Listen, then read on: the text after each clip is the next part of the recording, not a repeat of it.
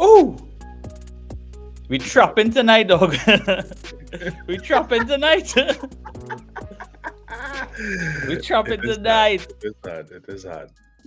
Good night, villagers, and welcome to another episode of the Heights Room. You would notice that somebody missing in the matrix right now. Yeah, yo. Shout out to the man Shankara.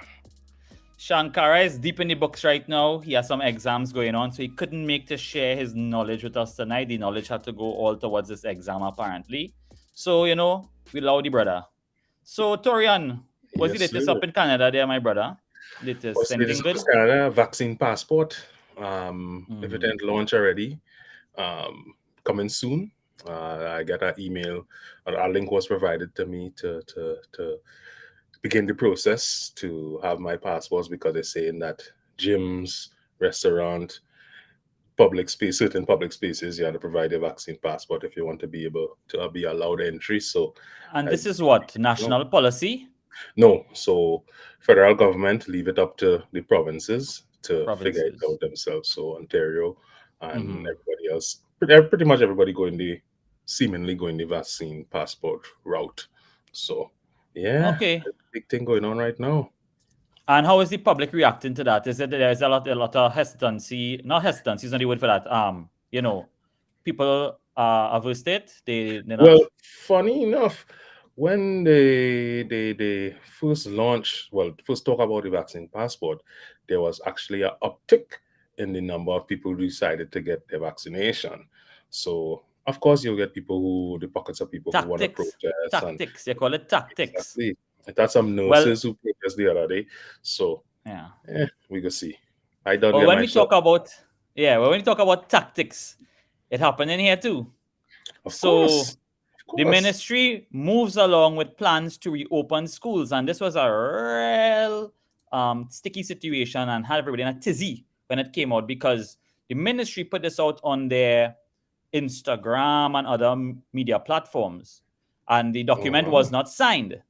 Now, it is saying that school is on its way to being opened on October 4th, I believe they said, for vaccinated students to do physical school. Right. And right now, again, it seems as if there was no consultation. So if you go down, you'll see Ministry of Education, which is to advise that secondary schools throughout Trinidad and Tobago will physically reopen on October 4th for fully vaccinated students of Form 4 to 6, so exam students, right? Now, That's okay. arrangements to facilitate teaching and learning at these institutions are ongoing, and the reopening guidelines will be made available to principals within the coming weeks. So they tell the public first, and then they go tell the principals what's the plan after and all Wow. right. So Guys are really with it is me a little tactics. tactics. It's tactics. They want the public to kind of feel that warning shot first, and so I mean it's all in a drive, of course, to get people vaccinated. However, on the ground, there is not that data that can be showing that people actually getting vaccinated for this reason. I mean, in certain schools, there are hardly any kids vaccinated, as a truth. Now, Tutor held a general council meeting in regards to this one shot, one time, because again, they feel disrespected. They are always left out, so they are saying they won't yes, it's a 30 kit man. Yes, correct. A 30 kit. Yeah. It's a sham. It's a sham. No consultation from ministry on vaccinated people returning to school. Now, right now, too, we hear and talk about the Delta. And we know how the Delta is. And the Minister of Health Ball may heaven help us or something. So that didn't inspire confidence, Well, he on cloud 9 after Trevor Noah bring him in. Yeah, man. Yeah, he's a big man. He's a big boy now. Trevor Noah bring him in to talk about the balls. Dog, that thing gets so viral. I mean, it had no way it wasn't going to get viral. It had no way. But then she gone and gangster this woman. She went and gangster this woman, all kind of thing. So let me go off topic. So Tutor said yesterday that education professionals received no written instruction and were informed of the decision like everyone else. So again, it's wrong side now. It is wrong side. If you have a ministry and you're going to look to reopen, before going to the public, you go to your staff and say, well, here is the scene, right? We're really looking towards ting. Talk to the union. Didn't happen. All right, didn't happen. And they basically launch it. Well, not launch it, but basically say it coming. And people had to figure out after that. So is it that all teachers have to go back out to school for 1 child, 2 child?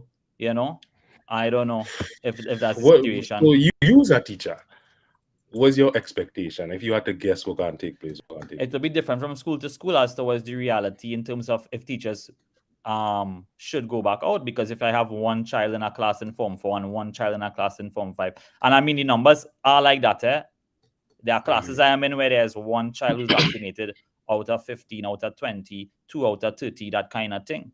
So I mean, I don't know. When I go into school, the rest of them who are at home, how am I teaching them? How are you teaching them? I'm not too sure. So they didn't have no laptops in school and to say like the class will be taught in the class and still be able to reach the students? Like, I don't know. Nobody knows. So we'll see. We'll cross that bridge when we reach it. That's our motto. That's our motto in Trinidad, brother. We'll cross that bridge when we reach it. Now, bringing it to another union here. All right. And a little while ago, if you could pull up this article we have here, Caribbean Airlines to reduce staff. And this is where our guest will be joining us in a little minute or two to talk about this topic of CAL reduces staff to be laid off. Unions head into courts.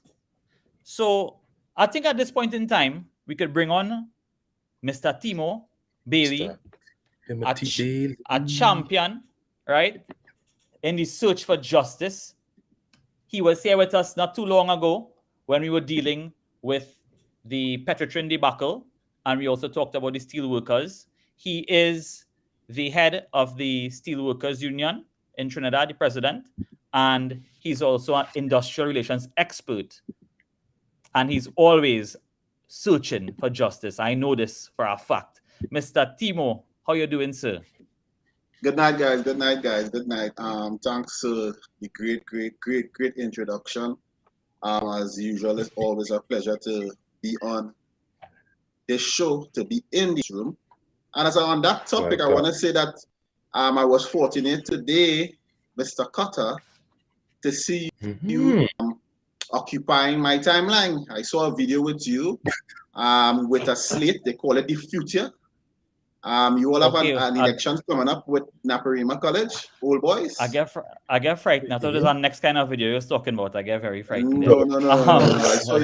I saw a video today and you were starring in the video. The slate the slate looked very impressive to me. A diverse slate. I saw a female on the slate.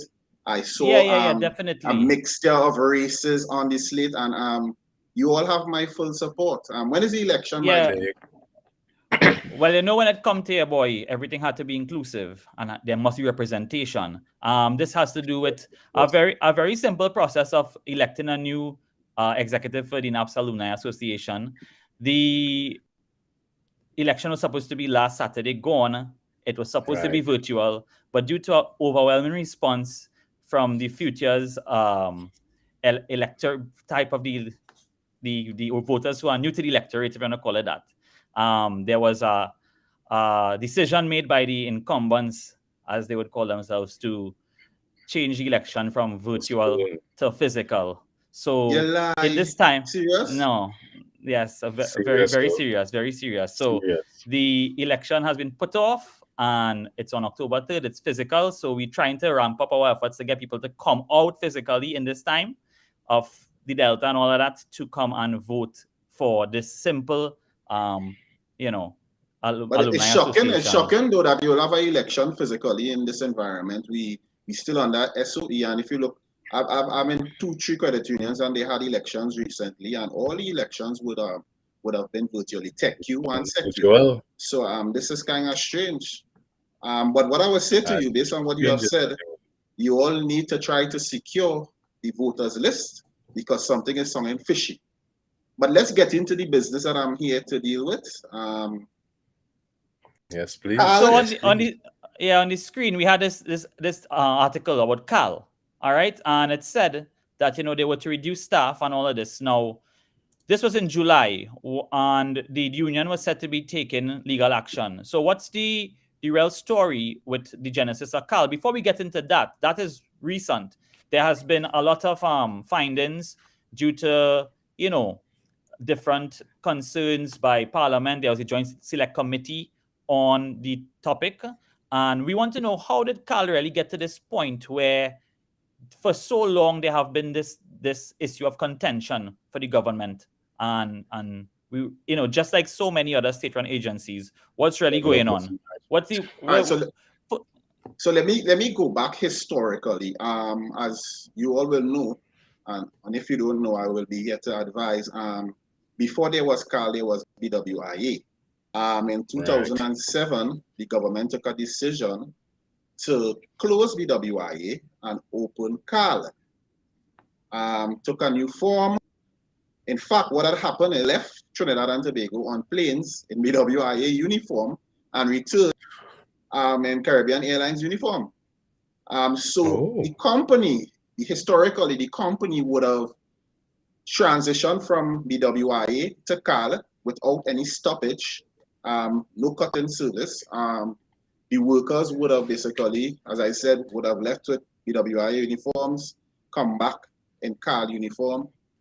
Everything that BWIA had, whether it be the code 106, was handed over to the equipment, the machinery, the routes, everything would have transitioned from BWIA to CAL. So therefore, CAL legally would have been the successor, which would have been confirmed by the industrial court via court judgment, which I want to stress on, CAL has appealed. The point I'm making is, though, that thing as it relates to CAL being a successor, other than the rights of the workers and being the rights to representation, was embraced. The rights to representation was opposed. The workers' constitutional right, because every citizen in Trinidad and Tobago, he or she is entitled to be part of a trade union of his or her choosing. And these workers, unfortunately, have not been able to get full representation from the trade union because CAL has always put a stumbling block in place as it relates to the trade union representing the workers, the way they ought to represent the workers. How is that? We have a good How is question that? there. You see what Good. happened in industrial relations. What you have, you need for parties to meet and treat. So while the union is led by Comrade Farmer, who has tried his best with his executive to meet and treat on behalf of the workers, CAL has tried all kinds of things and put a lot of hurdles in their way to avoid them from meeting and treating under the spirit of meeting and treating. And we call that genuine consultation, genuine negotiation. That has not happened. Unfortunately, what CAL has done is use some of the resources of the company, that is the financial resources of the company, to push back from workers having proper represent, spend money in legal fees, as I would have indicated. They have appealed the matter, and they have continued along the line to continue to stop workers and deprive workers of their constitutional rights. So when you say CAL, assuming you mean the board of directors, yeah? I'm talking about management when I speak about that. I'm talking about the people who are responsible for HR. I'm talking about people who are responsible for industrial relations. I'm talking about the board, and I'm talking about the government of Trinidad and Tobago, because CAL is number one largest shareholder would be the government and the people of Trinidad and Tobago. So while all of this is going on, CAL is an entity that is, the main shareholder is the government of Trinidad and Tobago and would be the people of Trinidad and Tobago. Well, like so many things, a top come down situation. That's what you have going on here. The top come down. If the top stinking and it's just flowing down, it's trickling down. That's what's going on, right? Now, with all of this being said, there was the Joint Select Committee that the data was presented based on, I believe, 2015. Taurean, if you could pull up that that document. That I looked through this document and I find that that is some real alarming things, boy. And it really goes to show you how things reach to this point. Because this is not even today when we went through this strain of the pandemic. So let's rewind a bit and see what's going on. So we're talking from a historical perspective, and we go a little forward, but this is still a little time backwards. So let's see what's going on here. So staff and operating costs. Trying to give you a little zoom, and you could probably just shift side to side at certain points. So we're looking at the difference in wages, between different airlines. So let's see the airlines at the top. So you have CAL in 2015, American Airlines, Delta, and let's just leave it to the front with CAL. Let's see CAL and just hold it by CAL and just hold it there for a while. Yeah. So there we have, put it back a little bit. Let's see the name of the personnel, general management. 18,000 average monthly. American Airlines, 5,000. That's US, sir. That's US. So 18,000 US for general management personnel. So when you're talking general management personnel, we're talking about like management across the different strata of the company. Right. So what they did what they did is they did an average of whether it's the CEO come back down to the lowest level of management. And what I want you all to take note of, look at the size of the fleet at that time. The size of the fleet is 17 compared to another entity. Remember, Airlines, according to this document, their size of their fleet is 949. So management is managing a huge fleet compared to a smaller fleet. And that must be taken into. Interesting point. 17 to 949, right? And we're looking at 18,000 compared to 5,000. Then we have. What is lead to that? That is just what we should also do, guys. Look at the fleet as it relates to, let's say, Hawaiian Airlines, who has 48, which is still was right. And look in terms of the management salary. And you could scroll across a little bit for the benefit of the audience. This is coming out of the committee, by the way. This is not information that we created, right? This is information that was shared via the joint, and you all could do the research for yourself. So look at the size of these fleets. So the smallest fleet was the Hawaiian fleet, which would have been 40-something, 48, I think. And their average management salary at that time would have been $11,000. right? Pilots, certainly much more. The flight attendants getting paid much more.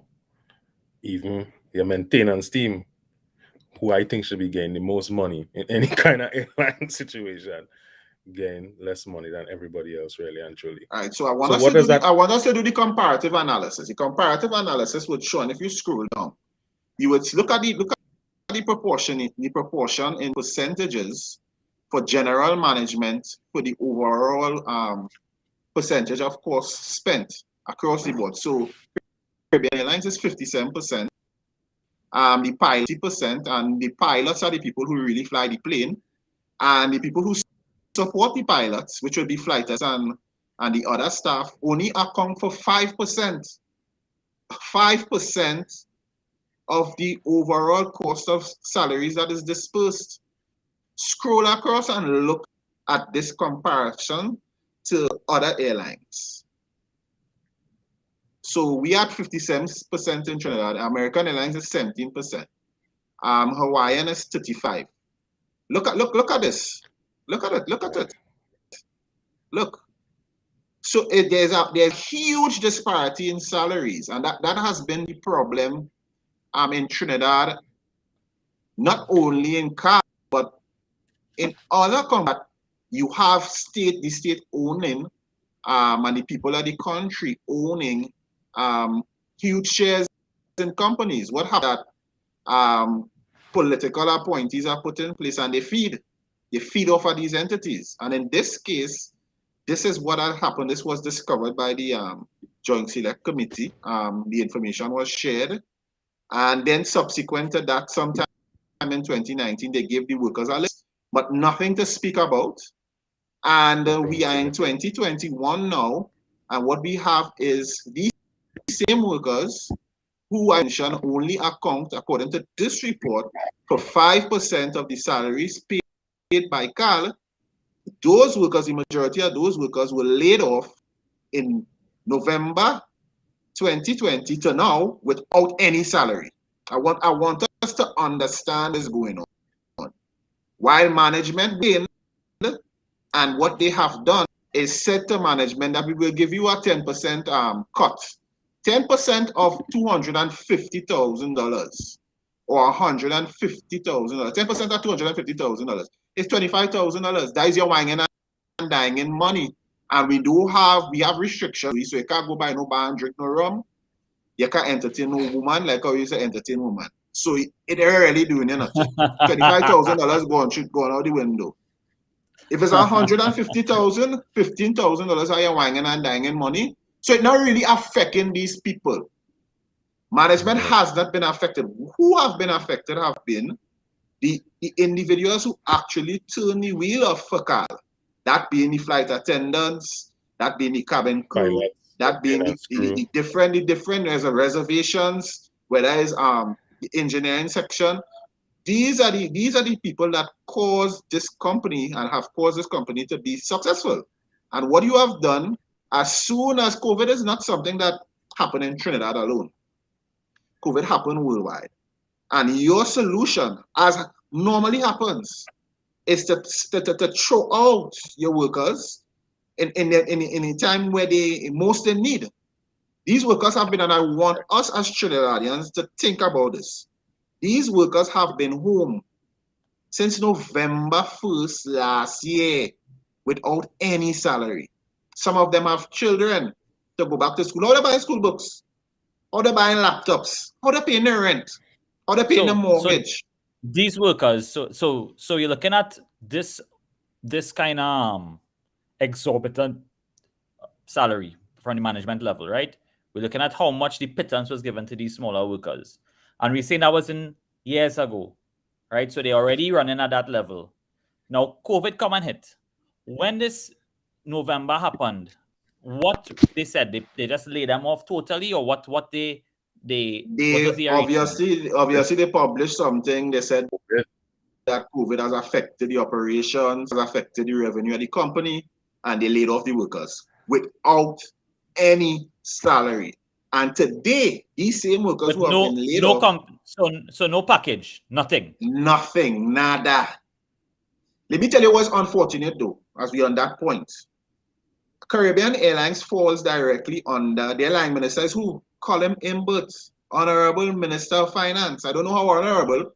Colin Imbert is the line minister. He has been the person who has been dispensing funds, and he comes out now and again and talk about 500 million has been spent on salary grants. These workers have applied for salary grants and none of them have accessed it. None. So who is money going to into then? None of them have accepted. And be referring to them when they, he say 500? They fall directly under him. Caribbean Airlines falls under him.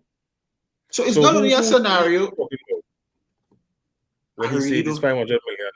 I really don't know, Taurean. I don't know. At the end of the day, on one side, they lay off these workers. They treat them like commodities and not like human beings without any salary.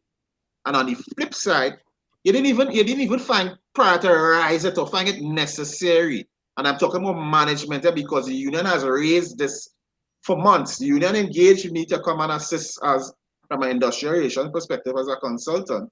And this I know Comrade Farmer and his executive and his team have raised this. Not only the fact that the workers are laid off without anything, but what have you done as management to ensure that the airline minister, are you afraid of Colin Imbert?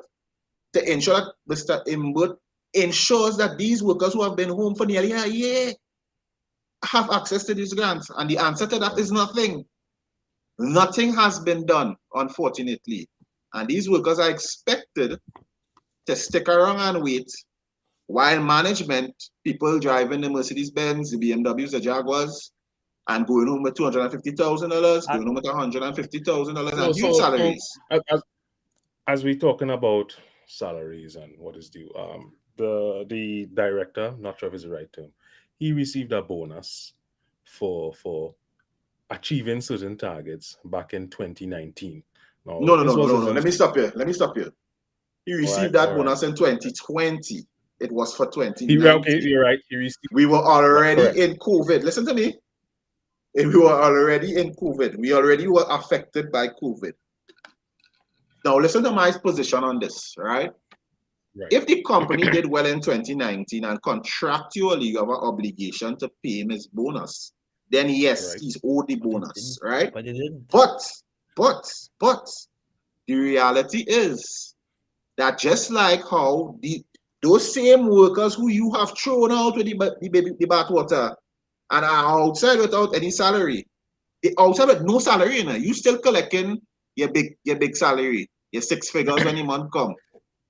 Those workers who were instrumental in you being able to go home with 500,000 in 2020 for 2019, and who did not receive any bonus because what the excuse they used is that it have to go to some HR committee, a government HR committee to approval.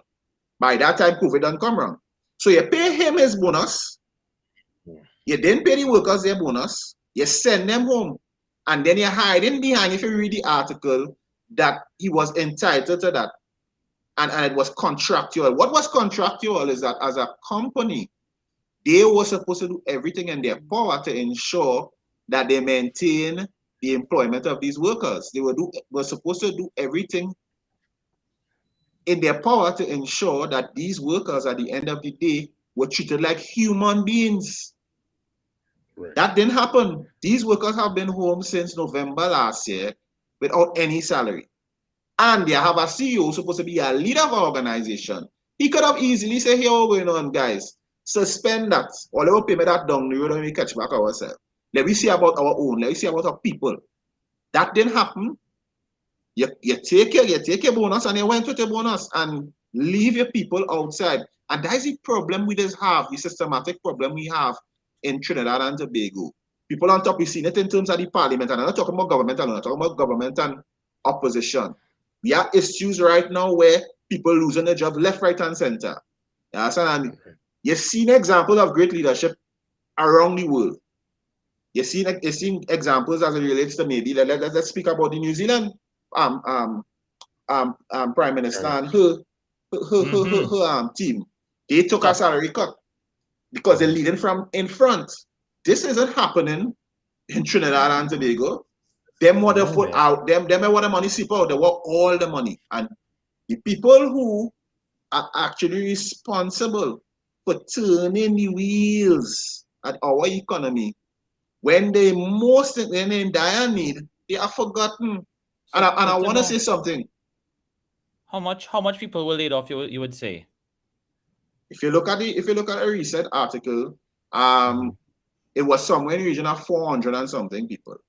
I saw that they came back and they said they wanted to retrench 450, and then they came back and they say 280 they keep And it, right? there are more to be laid off as well. Or recently, from a recent article, there was supposed to be more to be laid off as well, or something like that. Well, let me tell you something. With Caribbean Airlines, you never know. You never know with Caribbean Airlines. These workers, So they have because workers in who July, the dedicated article to was this saying that company. how people in July, the article was saying that how layoffs to happen, and we talked about the layoffs that happened in November before, right? So these layoffs to happen, and the union taking action. Those layoffs have not happened as yet. From the July article, we would They have have said. still laid off. But that's the point I'm making to you. The point I'm making to you is that these workers have not returned to work. And under our laws, industrial relations law, case law, precedent, a layoff is only supposed to last 3 months. What this company has done, this company has, and that's the position some of these companies take. They say, I will go the long I know route catch. legally I know with catch. you all. I know catch. 3 years down the road, we go recover and we go pass out some money to pay all that. After 3 months, that layoff was supposed to stop. We are approaching a year. And these workers are home without any salary. Realize. But when you say laid off to the random person who doesn't know about it, like myself, didn't really have any background in it, I was thinking that they were just fired now, like fired, like no, like they were just there's laid off. They were laid off, and then there's another batch that was retrenched. There's a difference. Right. A layoff is supposed to be a temporary suspension of the employment. A retrenchment is a severing of the employment. They have also retrenched workers. They have retrenched pilots. They have retrenched other staff, and they have laid off a lot of these staff for a continuous period of time in excess of what is established under our industrial relations law. And they continue to operate high-handedly like that. And the government says nothing because there's people who are affiliated to the government on this board. Let's be real. Yeah, well, look what's going on here. This man, right, for these people, right, to get the bonus for non-performance. And bonuses were approved for staff, before the COVID. Bonuses were paid in 2021. Yeah, are you seeing that? Right. Bonuses were paid in 2021. Paid again. Now, bonuses was supposed to be for all staff for 2019 and was awaiting government approval when the COVID hit, right? Certain people at the top pay their bonus despite terrible earnings. And then you have this whole thing about the 11 months plus of people being laid off. And you have no kind of... So are you trying to tell me that's how... Again, this looks like such an attack at the working class and thing, boy. Because when you... It is an attack. It is. And I mean, but it's so sad that, we're looking at people who... I mean, they belong to the class of people who, they go out, they go into school, they get in certain skill sets, they're coming out to work, right? They turn in the wheels, as you say. Now, when it is time to give out the grants and so on, all right? Because they, again, let me be real here. It is not in the commonplace that everybody is getting these grants, and who are getting it sometimes is a certain type of bracket you have to belong to, and certain linkages you have to get the grants. So are you trying to tell me that's how the working class, the people who spend time trying to educate themselves, get their skills, go out and make the wheels turn in this country, that they are left with nothing? Is that what you're trying to say? I'm not trying to say that. I'm saying it. Because let me give you all another scenario. I'm going to add to this equation. While these workers are laid off, right? Why some of them have been retrenched. This company puts out 30 new jobs. And what they do, they bring people on contract. Interesting. And who were not the workers that were affected. This is the kind of thing that's going on. Say that again. Companies are you. Say it one more time. Let me try to understand that. Say it one more time. Say it one more time. So we have people laid off for nearly a year.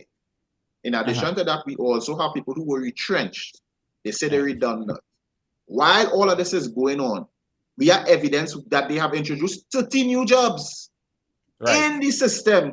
They didn't absorb these workers. They didn't redeploy these workers. They're looking to do new interviews with people outside. This is the type of management that we have running our national and Caribbean airline people. This is what we have. This is the people we have running. We have an HR guy by the name of Mr. Berkeley, supposed to be an experienced person, and he's allowing this kind of stuff to go on. And the reason they don't want a union in the workplace, or they're not cooperating with the union, is because the union will tell them, hey, good industrial relations practice and good HR practice will require that you are supposed to absorb these workers. So they want to be a law unto themselves. They will use the money that the company make to places, appeal it, send it to the Court of Appeal, send it to Privy Council, and while that happening, people dying. Why this song so familiar? The cow starving. Why it sounds so familiar that everybody want to be alone to themselves when they have any kind of power in this place, no matter what level you're at, no matter what level the organization is at. Everybody has to be alone to themselves. Tim, let me ask you something. So we're talking about like responsibility and things like that. My ultimate question is Caribbean Airlines too big to fail? Should the government bail them out? So we know they're getting mismanaged. What it is? People suffering. What it is? The problem, let me tell you something. The problem with Caribbean Airlines, from my point of view, and some of the workers might be angry at me, is exactly that. The management of the company is lazy. They have been so dependent of government subvention when things have been good with this country that they have never really managed this company how they ought to manage this company. Let me give you a typical example. While we had COVID, and yes, our borders were locked down. Airlines are across the world, because I've been doing research because I was an industrial relations consultant. What have they been doing? They have been converting these planes and them temporarily to do cargo. Caribbean Airlines did that last minute. They didn't go into it fully, so they didn't maximize on it. What has also happened? Big carriers like American Airlines, big carriers like JetBlue, they have, here what they have done while we have closed our borders and we're not really flying. What they have done is go to all the countries that excelling from a tourism perspective, whether it's the Cayman Islands, the Jamaicas, etc. What they did is they have engaged like Sanders, American Airlines and Sanders are going into, do the research.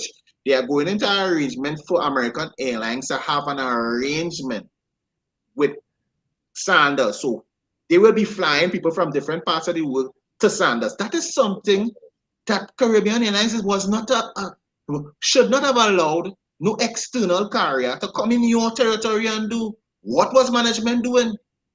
Right. JetBlue is also doing the same thing.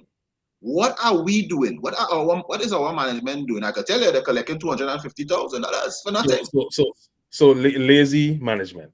So let Caribbean Airlines close down then, and if they want to let outside carriers come in, shouldn't let Caribbean Airlines close down. Let me tell you, Caribbean Airlines has potential. Just like how we have CARICOM and the purpose of CARICOM, Caribbean Airlines should be seen as the airline, just as its name. The airline, our first priority is supposed to be to service the Caribbean. Yes, we will do international routes and that kind of stuff, but we must be able to cater to our Caribbean. And in doing that, we must be able to tap into tourism. So we must be going into arrangement with hoteliers and resorts. That is what Caribbean Airlines should be doing and should have been doing for the last year.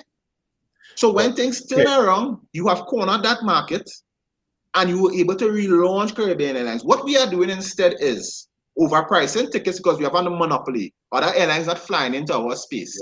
We overpricing tickets right now, and the loyal customers who would have fly with us for years, they becoming disenfranchised. And as soon as a JetBlue come and they get a cheap ticket and a Caribbean Airlines come, you're going to lose a customer because you have no foresight. You're only seen as close as far as your nose.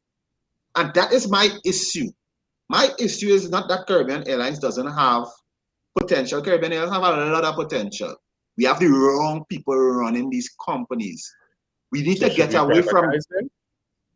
We need to get away from having political appointees. Who on the board of Caribbean Airlines? Is it not the same people who on the board of in Petrotrin, TPHL, Heritage? Yeah. What is that?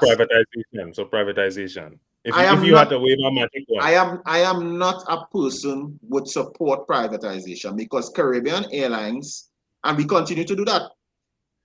What the country, when things were good, we were able to basically develop different things. We develop an airline. That is to the benefit of the citizens of Trinidad and Tobago.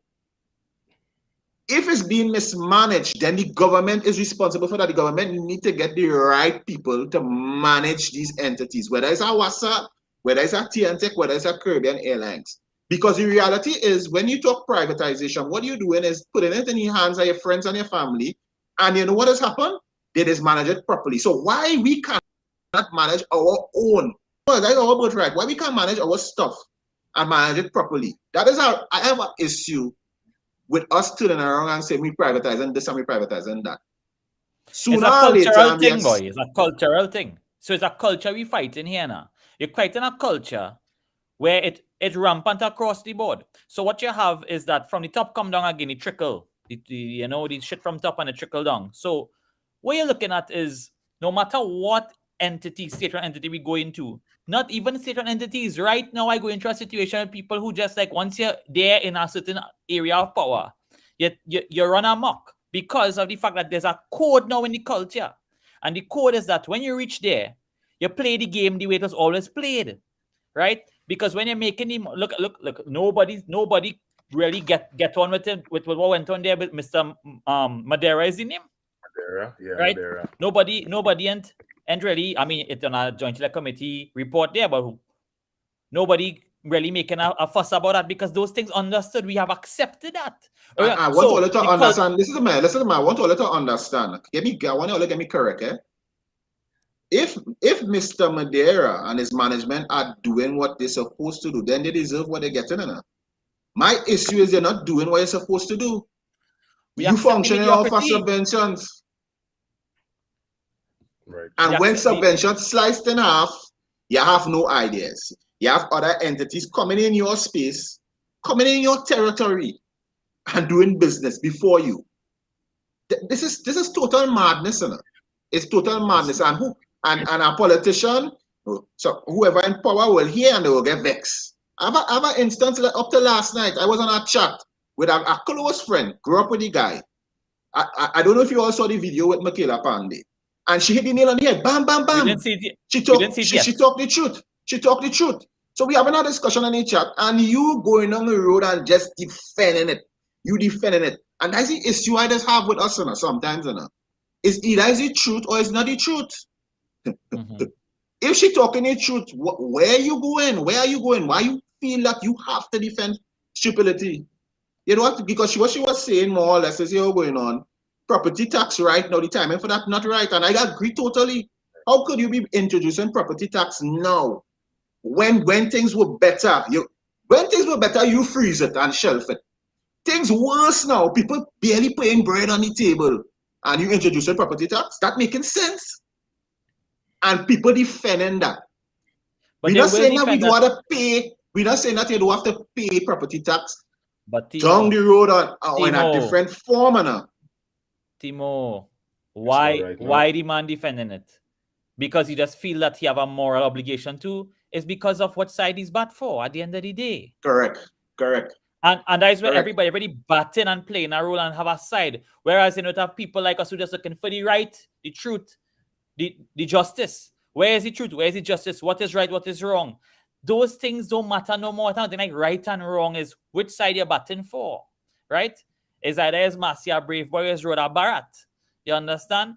It's like, is either you which side you're batting for. And that's why everybody that's see it sad. This is where it reached. This is where it reached. Talking about whose side we're batting for, right? I want to bring it back to this privatization thing a little bit. Timo is a union man, a man of the workers. The government and the board of A.C.A.W.U the board of BWI has not been serving the workers well, why are you then opposed to a private group or entity coming on board, running things proper, and keeping the workers employed? Why is that such a bad thing? From my perspective, that must be a last option, right? From where I sit, I believe they actually mismanaging Carl so they could put it in the friends and family hand. That's my personal view, you know. I believe they're doing this intentionally to go down that road. Yes, and my point is I am a true patriot, a patriot to my heart. And I am saying here what's going on. Caribbean Airlines is the people owned. It's Trinidad and Tobago owned, no government or no opposition. It's the Trinidad and Tobago citizens own and the Caribbean people own. And if I'm a patriot, I cannot support that. Especially where I'm seeing, listen to me, I don't have no doctorate or no masters in marketing and management. And the simple things you could see that they could have done to ensure that Carl, even when we open back, Carl doing proper business, and they haven't done it. They have not done it. So I cannot support that, Taurean. Sorry. All right, fair enough. I just had to ask a question. From the outside looking in, we talking about Trinidadians here. I just like fed up. Like this is not something new. It's years this going on. And unfortunately, Taurean, that's what the politicians do. That's what they do to us. That's what they want. They make us weary, they make us tired, and they make us become divided. Whether it's race, whether it's class, they make us become divided. So they could enrich themselves. We need, as a country, we need a revolution in terms of we thinking. We need new leadership in this country. Watch me. What when we you're have frustrated, on both sides right now is failure, total failure. Yeah. When you frustrate people, right? When you frustrate generation to the point and generations, when people frustrated, then you know that how anything you do now, they have no zeal to really pick up and keep you accountable because people are so frustrated. If at the end of the day, bread had to get on the table, I had no time to study about how much he make and how I had to get this now because he make he thing. Now, the thing about it is that everything has come too easy. Mediocrity is praised. Across the board in the ministries, mediocrity is praised. It goes down to the state-run entities. Mediocrity is praised. It is normal for somebody to get money for doing nothing. It is normal. And in the public sector, they will say the same thing. They would say people just go to their work, whether it be in WASA, whether it be at school, and they don't do anything and they getting money. But again, when it comes to checks and balances about these things, when it comes to performance appraisals and all these things, everybody does not have a kind of code, and it have a kind of way to move because at the end of the day, everybody had to eat our food and it's like, who is me to really go and shift that order of the eat our food mentality? And the eat our food mentality is a problem. It's a problem. I do not want discussion to get political, but I have to make up and it goes even before this government. Let me tell you something, and we had to start to think and look at things through these lenses. Companies like CAL and WASA, they have a board that is appointed by the government of Trinidad and Tobago to manage the affairs of these entities. Any corruption or mismanagement under this board, these boards are supposed to be responsible. And if the boards are not fulfilling their obligation, which is to ensure that the mandate is carried out, then the line minister is at fault. We have to start to hold people accountable. And I'm saying it again, we need a revolution in thinking. You see that bouncing around from one party to the next party. We need new thinkers. We need people with different ideas. That is the same man who say he raised the price of what it was gas and they have and they haven't right. That is the same and he laugh. And it's because like it had no subtlety to it no more. That is just it's out in the open, my brother. It is out there in the open. He must laugh when at the end of the day he do have a challenge to get Forex. He do have a challenge to basically get a salary any month come. He do have a challenge to get access to anything.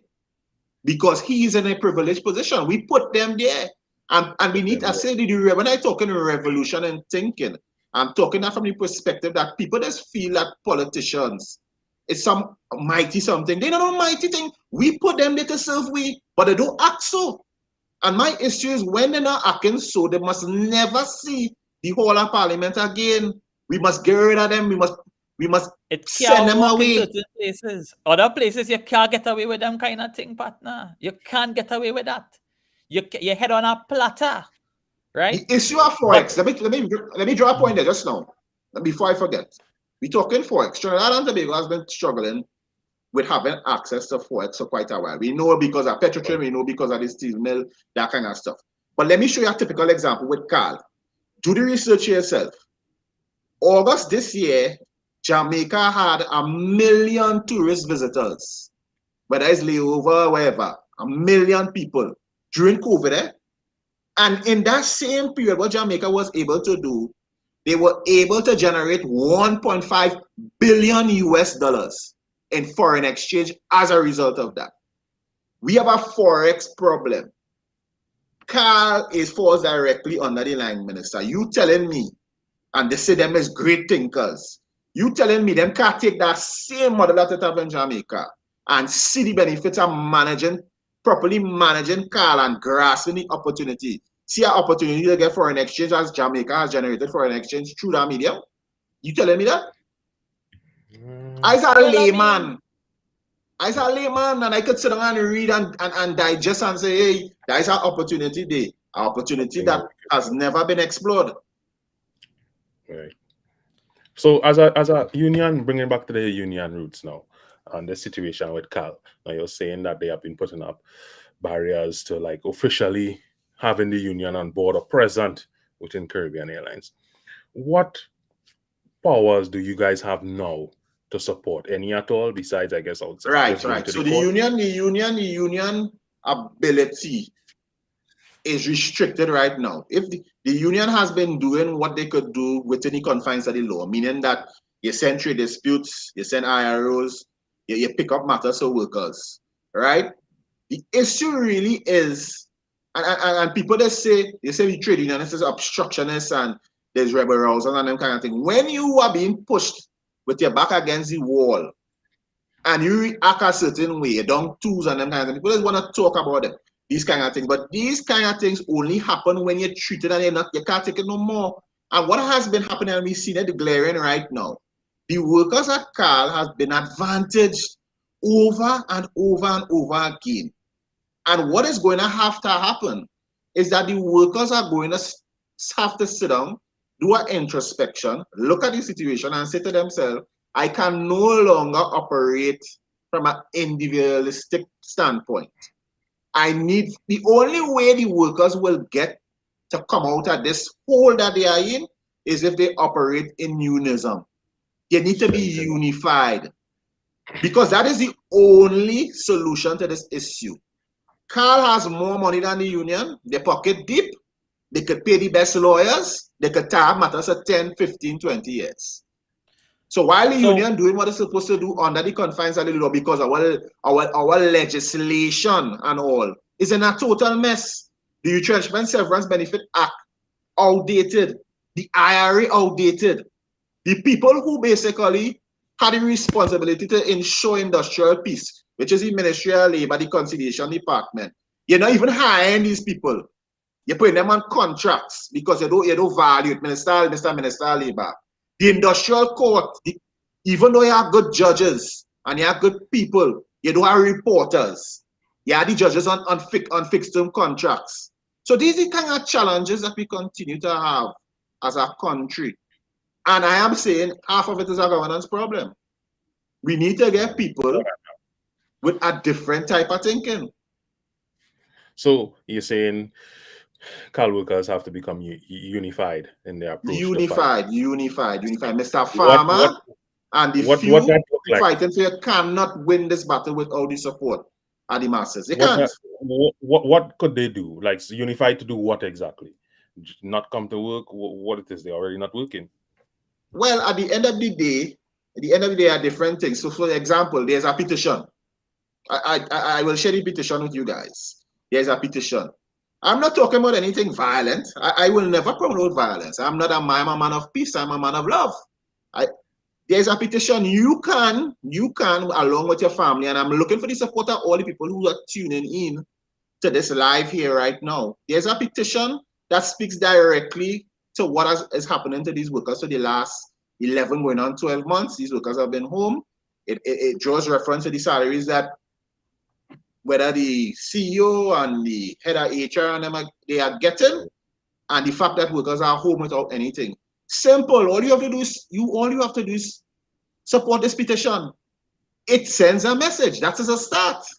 It's little things like this would basically send the message. The only time the government chooses to move, and the same likewise as management, is when they realize that the masses have collectively come together to say, hey, no more. We had enough. So we need the workers to stop operating from an individualistic perspective and understand that you need to be a brother's keeper. The union has suggested to Carl, and let me be straightforward and frank, that there should have been a rotation like what has occurred in Jamaica. The burden adjustment should be shared across the board. And when I speak across the board, I'm not talking about the workers, that being the cabin crew alone. I'm talking about from a management level. What should have happened is, for the period that we was going through this rough patch, we were supposed to see about our brothers and sisters. Everybody should have been able to go with a piece of bread to feed the children, to feed the family, to save the mortgage, instead of individuals taking a selfish and again individualistic position. What should have happened? We have suggested rotations. We have suggested stipends. And what has happened? Carl has ignored that. Because as I've said to you, management continues to operate in a realm or in a sphere where they are unaffected. They are unaffected. Them getting the money, so them happy. They're collecting the money. Them don't care about nobody. Cares not. This situation, I was engaged to come and assist Comrade Faber because we have a good relationship. And the more I get into this thing, the more attached I get. This carries me back to 2016 with Metal. It's the same thing, but it's a different form. But it's the same thing. It is the same thing. And it is not right. So for all our viewers on Facebook right now, I put the petition link. It is in the chat. You will see that Heights Room has posted it. Please, if you haven't signed the petition, make sure and sign it now. There you go. So is there? No, let me ask this. So you're saying that there's no unison. So what are some of the, give me like a little small example of a hurdle or a tactic that Carl would use to create division or create people, create a situation where people cannot unionize, or the union cannot function properly, or people cannot see that up as a viable option, Timo? Because you say that they would have they put things in place that causes the union to not get that strength. Give me an example of that. All right, so let me give you a typical example. Let me tell you what Carl was doing. Under the law, Carl was supposed to have genuine consultation with the union, right? The last layoff period, they didn't have no consultation with the union. They didn't have no consultation with the workers. But like they remember after the fact now, boy. So they started calling men in one by one. Even the retrenched workers, they started calling them in after the fact. They don't make the decision. No.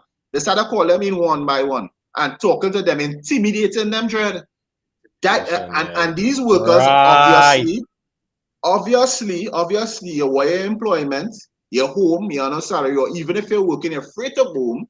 When Carl called and they say, "Hey, what's going on? I want to have a meeting with a small group of you all." And you can turn around and say, "Hey, I want union representation," because you as an individual going and stand out, and that's the kind of things going on. They have been singling out workers and realizing that workers are intimidated by them, because they operate in a certain way. They have a way about them. You understand? And because they have been doing that over the years, because they have not been embracing the union and respecting the union's legal right to represent these workers, some of the workers basically are left in a situation where they just go along with it. And unfortunately, some of them have, because of that, they have ended up in situations where it's very hard to reverse what has happened to them, because when you could have maybe nipped it early, you are unable to nip it, and it's 11th hour and you're trying to do some kind of saving thing. You're trying to do something special as a union. Right. And the point I'm making, when CAL as an entity does things to change the terms and conditions of employment, and you have a union that you pay dues to, if the union say to CAL, because that's what happened with the pilots, you know. They started to go down the road with the pilots, and the pilots came together. They went to the recognition board and said the recognition board, they don't want to recognize our old certificate, which is what CAL is doing now. They are appealing the old certificate under BB. They don't want to recognize. We want one under CAL, and they got it under CAL. The problem with the pilots, though, and I'm not saying it's a problem for CAL. The problem was that you can't go any and anywhere and get a pilot. So when the pilots and them stand up together, CAL had to accede. They had to accede. And that's a typical example of how acting in unity could achieve the larger goal, because the pilots in this instance, when they were having the layoffs, the pilots said, no, everybody had to eat a bird. And everybody eat a bird. Everybody eat a bird. So I need the workers to think about that. So can you, like, you kind of touch on just now, bringing over that certificate. I'm not sure if you would have this experience or knowledge, but like, how different were labor relations when it was BWIA and when it is CAL? Any difference, or is just the same? All I want me to be straight and honest with all of the reason why they moved from CAL, apart from maybe some financial reasons, was to try and defunct the unions as well. And they have been successful to a point. To a point, right. They have been, because you have tied up a matter in the appeal court for how long, and who knows when, even when you go to the appeal court, they're going to have an opportunity, like the legal right, to appeal the ruling of the appeal court. So what has to happen is the workers need to come together, recognize what's going on, and say to the company, here what's going on. We love you in the company, but you have to love we too. And if you love we too, you're going to embrace. It's like a relationship where you have a girl and she seen a boy and she parents them don't like the boy, and she said to the father and the mother, here what's going on. I love all her and but I love that man. If all I love more, I love that man. And sooner or later, the mother and father will come around and love the man because I love the daughter. It's the same thing. These workers need to start to support. Some of them are, but they need to do it in a greater way. They need to come together and be pushing the same head. If they want to come out of what the situation they're in right now, where you're pinpointing people. So Timo, we're rounding up right now as we come into the close of this episode. Let me just ask you this: as a person who is so heavily involved and leader of your union and so on, when last has a union made a big stride for their workers in Trinidad and Tobago, would you say? When was there something that the unions actually won in a resounding manner? When last can you remember? That it happens every day. It's not reported. Right. Every day we are triumphs in the corporate work. That's right. So let's talk about that a little bit, because people seem to just think about the unions as these complainers who's just trying to get wage negotiations happen every 10 years or whatever. What are some of the things that the unions would do for workers in this country on a daily basis? All right. So let me just break it down in simple terms. Simple things like vacation. Simple things like sick leave. The Minimum Wage Act, the OSH Act, the Maternity Act. Those things didn't come about. Premium time, overtime, those things, paternity leave, bereavement leave. These things didn't come about because our employer felt to give you that. It's because of individuals like Butler, individuals like Elma Francois, individuals like Basil Pandey, Adrian Kularienzi, and even the Watson Dukes and Rouges of today. it's because of these individuals we're in a situation where we're able to basically push back, because that's what the unions is doing. I just tell people unions are not an obstacle. If a union is functioning properly, a union would be an entity that regulates, make sure that the company or the employer do what he or she is supposed to do. A functioning union is that. A functioning union could have it has happened with me, could have a good relationship with the employer or with the company, but that union responsibility really and truly is to regulate and make sure that the company does what the company is supposed to do. It's not an enemy thing. The best companies that have been involved with that have functioned properly were companies where the union and the company had a good relationship, and the workers and the company had a good relationship. And the union sometimes would come in and say to even the workers, yo, you're doing nonsense. All you can't do this. But unfortunately, I want to say that it starts at the top. When you have a government that's not even consulting with the unions, what do you think is going to happen when it trickle down? The government on Trinidad and Tobago is anti-union. Let's be realistic and frank. The government on Trinidad and Tobago tried to destroy WTU. The government of Trinidad and Tobago tries to destroy every trade union in Trinidad and Tobago. I'm talking about this specific government. I could talk for now. And I have no apology about that. I have none. And whoever on the call is happy and them, that's all the business. The reality is the track record is there to show.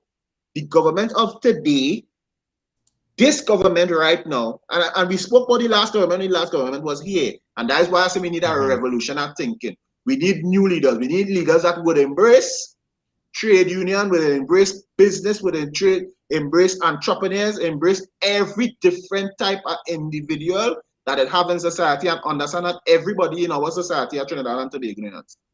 We need that kind of leadership. We don't have that right now. What we have is leaders that only cater and business about a specific class of people.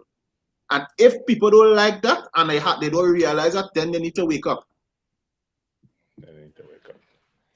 A revolution. A revolution of is needed. Thinking. A revolution. I do not want to be charged. Listen to me. I do not want to be charged with sedition. Make sure I said a revolution of thinking. People funny in Trinidad and Tobago. A revolution of the mind. A revolution of the mind. Yes. Yes, that's what we need. That is where New it starts. leadership. That is where it starts. That is where it starts. And the sad thing is that how. Are you announcing your political party here tonight, Timo? No, but there's a young lady who has my full support. I say it out loud and clear. She has my full support. Anywhere she going, I'm going, because she looks like she has a revolution in thinking. I hear you, brother. All right. I hear you. Looking for. Now, hopefully we can have you on the show one day. Yeah, we will definitely. Right? I will be joining to look on. Yes. So, and right now, people would say that if there wasn't a state of emergency, the kind of protests, something that might have been taking place right now, could have been something. You understand? But that is why. Listen to what I'm saying to you. The SOE done, all will see what will happen in this country. They had to run a SOE until the 5 years done. I'm telling you, people displeased, but Trinidadians are generally law-abiding citizens, and they get away with that. Yeah, we also have a history of not having to fight for our independence and that kind of thing. We subscribe totally to the Caribbean, stereotype that easy going, that kind of thing. But when people, if they know the history properly, they would see that there were many times we came together as one, right? And we were able to effect change through the unions, through people like Butler and so on, under the leadership of these great men. Now, with that being said, I want to let the people that who are watching through YouTube know right now that I did put the link in comments in YouTube. However, I think YouTube comments, it's very hard to copy and paste or access anything. So if you all have a Facebook account, come on to our page on Facebook, look for Heights Room, right? That is the name of the show in the corner there. You all come on to our page. We will post the links to the petition. And there's another link you sent me, Timo, that was for something to do with aviation. What was it? That's the union's page. So workers who are not aware of the union's page, we also share the union's page as well. Can ask questions, that kind of stuff. Right, we'll put the union's page as well to be visible on our Facebook page. Our page is open. You just have to come onto Facebook and log on. Otherwise, I don't know how we could really get that information. We will do to it you. on but after at the end of the show. Right. So on So YouTube, we put it we put it in the in probably the description. In the description, guys. So if you all want to check back the video in 24 hours, in the description, we will put the link that you can actually click and all of that and get through to it. So right now, it's a bit of a tizzy for that. So I want to just say, Timo, thanks so much again for taking the time to come and join us. You know, It's always a pleasure, guys. Always. here in the Heights Room, we are all about the empowerment. We are all about justice, and we are all about fighting for what is right. And having that discussion and seeing that revolutionary mind start to take place. We can only hope that it can go from strength to strength through programs like this and through speakers like yourself. So from all of us here at the Heights Room, I want to thank all the guests for coming on, right?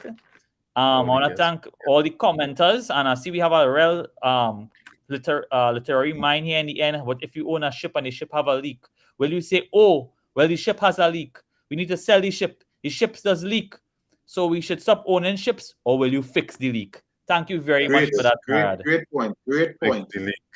And with that, people, from here on the Heights Room, take your time, be safe, blessed love.